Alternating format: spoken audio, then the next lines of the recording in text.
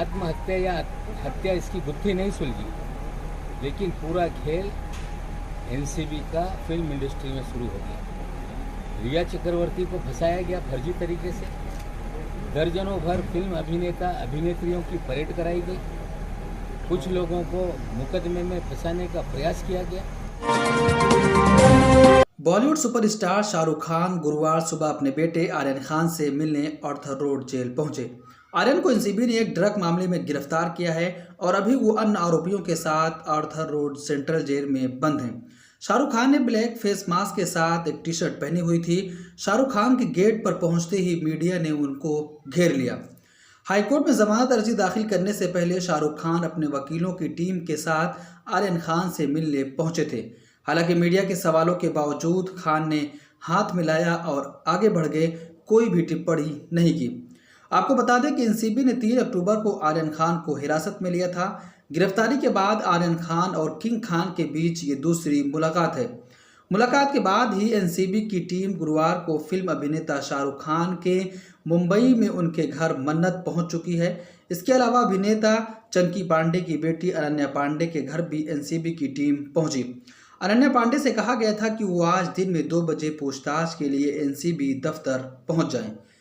लेकिन आर्यन खान को बेल ना देने पर बहुत सारे लोग सवाल पूछ रहे हैं कि आखिर आर्यन खान को जमानत क्यों नहीं मिली, क्योंकि इस देश में शाहीन बाग जब आंदोलन चल रहा था तो वहां पर गोली चलाने वाले को 3 दिन के अंदर बेल मिल गई। जामिया में प्रोटेस्ट चल रहा था, वहां पर भी गोली चलाने वाले को बेल दे दी गई। तो आखिर आर्यन खान को जमानत क्यों नहीं दी जा रही, ये एक बड़ा सवाल है जिसको लेकर सोशल मीडिया पर लगातार लोग सवाल पूछ रहे हैं। शिवसेना नेता और महाराष्ट्र के मंत्री नवाब मलिक ने एक बार फिर से एनसीबी पर बड़ा आरोप लगाया है। समीर वानखेड़े पर बड़ा आरोप लगाते हुए उनसे कुछ सवाल किए हैं। क्या कहा है एनसीबी नेता और महाराष्ट्र के मंत्री नवाब मलिक ने, आप भी सुनिए। कंट्रोल ब्यूरो के जरिए सुशांत सिंह की आत्महत्या के बाद एक विशेष अधिकारी को इस डिपार्टमेंट में लाया गया। आत्महत्या की जांच सीबीआई को दी गई। आत्महत्या या हत्या इसकी गुत्थी नहीं सुलझी, लेकिन पूरा खेल एनसीबी का फिल्म इंडस्ट्री में शुरू हो गया। रिया चक्रवर्ती को फंसाया गया फर्जी तरीके से, दर्जनों भर फिल्म अभिनेता अभिनेत्रियों की परेड कराई गई, कुछ लोगों को मुकदमे में फंसाने का प्रयास किया गया। और हम आपको बता दें कि कोविड के काल में सारी इंडस्ट्री मालदीव में थी।